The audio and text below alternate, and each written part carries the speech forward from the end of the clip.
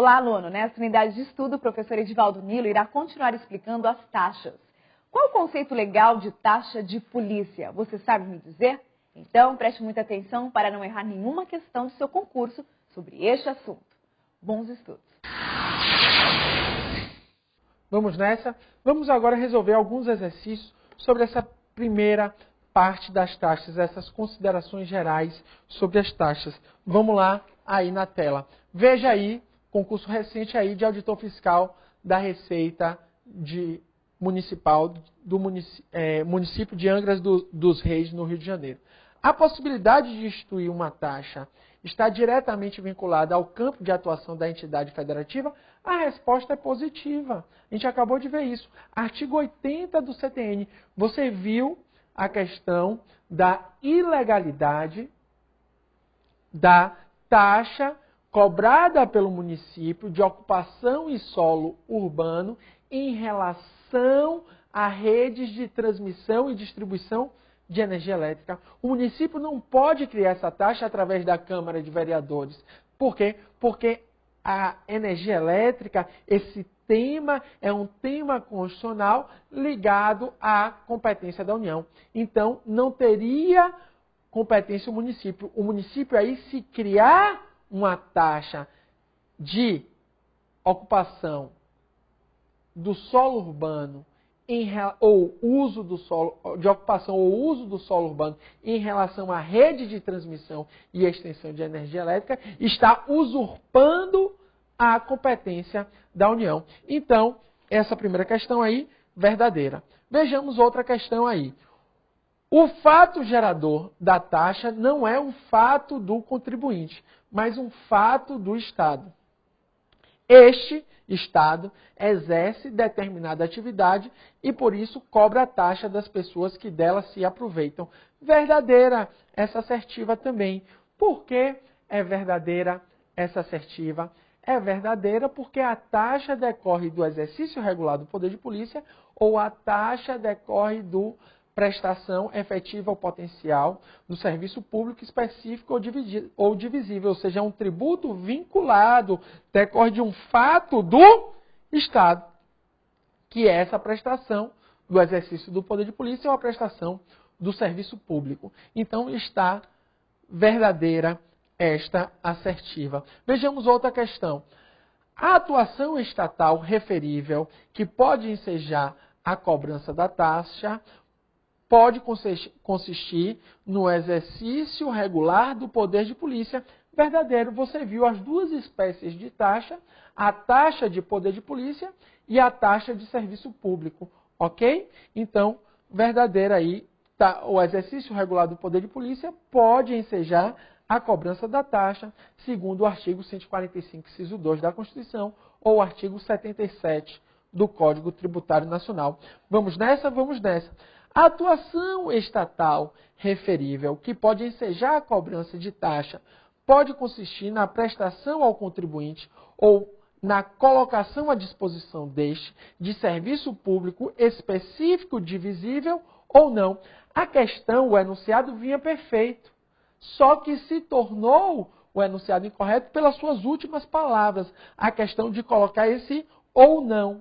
Você vai estudar aqui comigo a taxa de serviço público e ela só pode ser específica e divisível. Então, é falso você afirmar que pode ser específica, divisível ou não. Ou seja, está dizendo que a taxa pode ser decorrente de um exercício público inespecífico e indivisível. E isso não é possível. Por exemplo, o Supremo Tribunal Federal declarou, em razão disto, a taxa de iluminação pública como inconstitucional.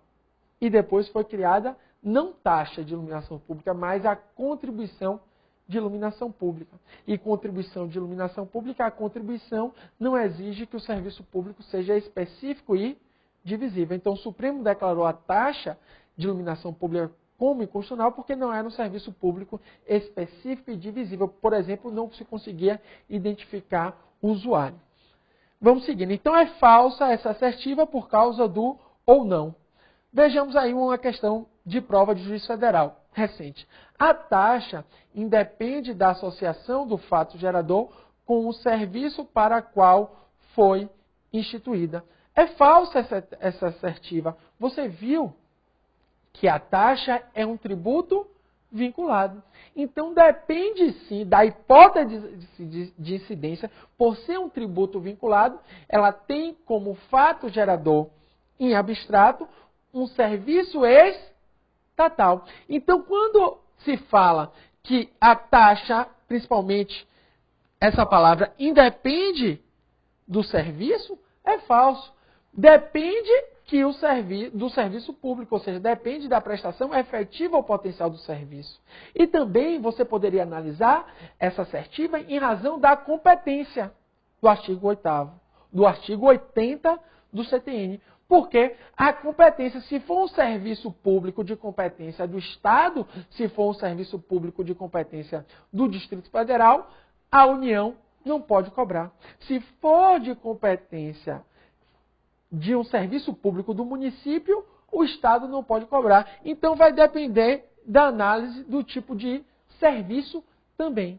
Mas o erro mais grave aí, o erro mais grave é questão de ser um tributo vinculado, ou seja, um tributo contraprestacional que depende do fato do Estado. Então, esse independe torna a assertiva falsa.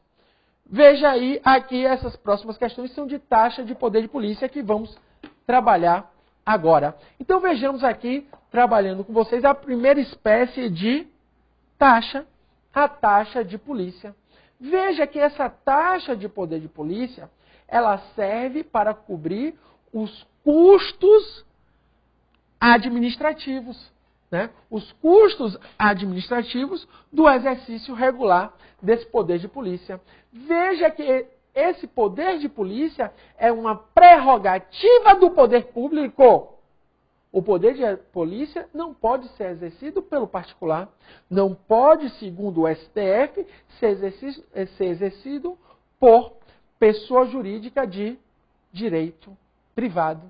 Então perceba que é uma prerrogativa do poder público e é cobrada essa taxa em razão dos custos administrativos. Então você vai verificar que deve existir uma razoabilidade, uma proporcionalidade em relação ao custo e a cobrança do tributo. Ou seja, o valor do tributo tem que existir uma razoabilidade em relação ao seu custo.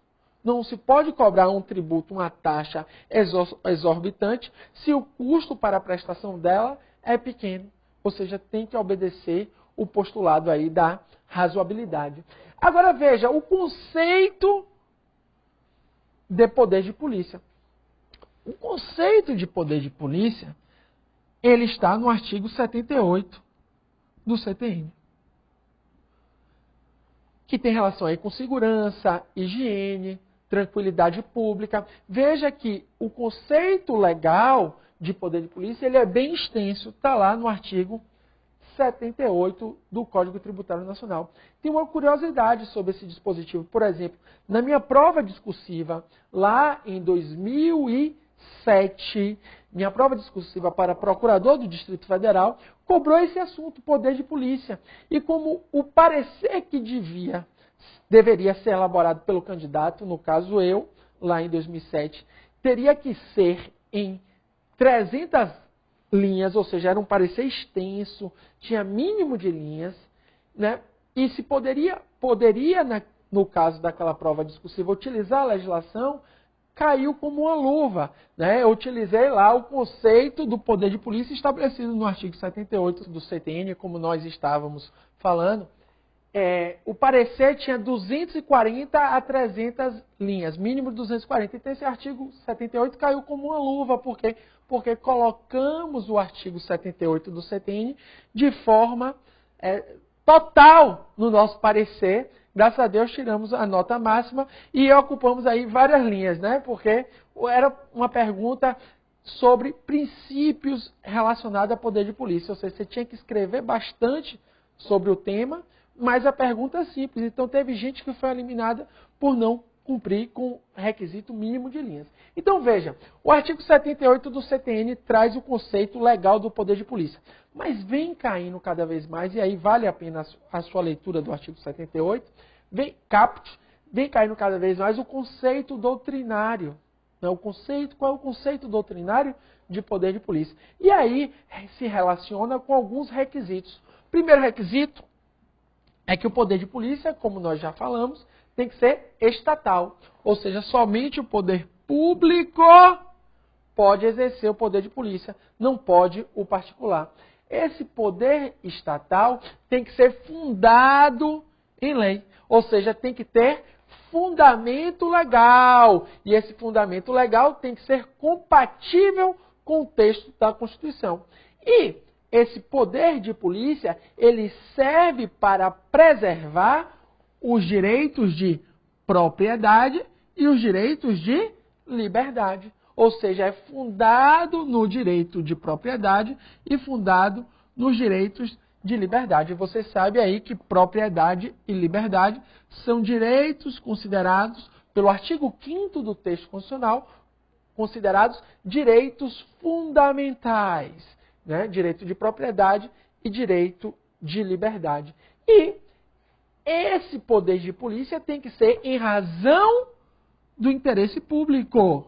Ou seja, não pode, isso já caiu em prova, ser em razão do interesse governamental, em razão do interesse do governo.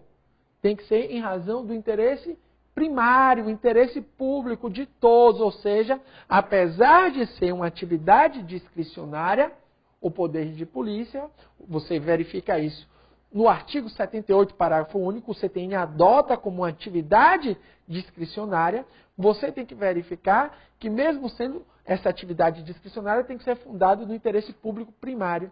E serve para preservar a isonomia. O conceito de poder de polícia é também fundado, tem base no princípio constitucional da igualdade ou da isonomia.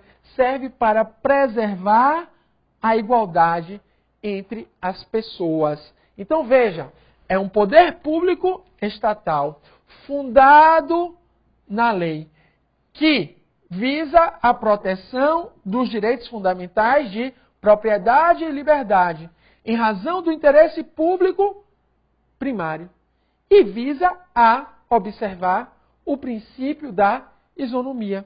O princípio da isonomia ou da igualdade, sempre tendo como base a pertinência ao texto constitucional. Veja que caiu na última prova, na verdade, na prova de 2011, de um concurso de juiz federal, na parte de direito tributário, o conceito de isonomia ligado ao poder de polícia é do professor Humberto Bergman Ávila. E lá o professor Humberto Bergman Ávila fala que a isonomia não é só tratar os iguais de forma igual. Não é só tratar igual de forma igual e o desigual de forma desigual. No postulado aristotélico que está presente na oração dos moços de Rui Barbosa, isso é incompleto no mundo de hoje. Ou seja, foi adotado esse conceito como ultrapassado. Você dizer que tratar o igual de forma igual e o desigual de forma igual, o desigual de forma desigual, segundo o professor Humberto Ávila, segundo o professor Celso Antônio, não quer dizer praticamente nada. O que deve ser observado não é só isso. Esse conceito é bem completo e não serve para ajudar os operadores do direito. O que serve para ajudar os operadores do direito, além disso, é a pertinência no texto constitucional. Ou seja, se aquele interesse também é protegido pelo texto constitucional. Por exemplo, saúde, por exemplo, propriedade, por exemplo, liberdade. Ou seja, tem que ter uma pertinência constitucional. Nos vemos daqui a pouco. Um forte abraço.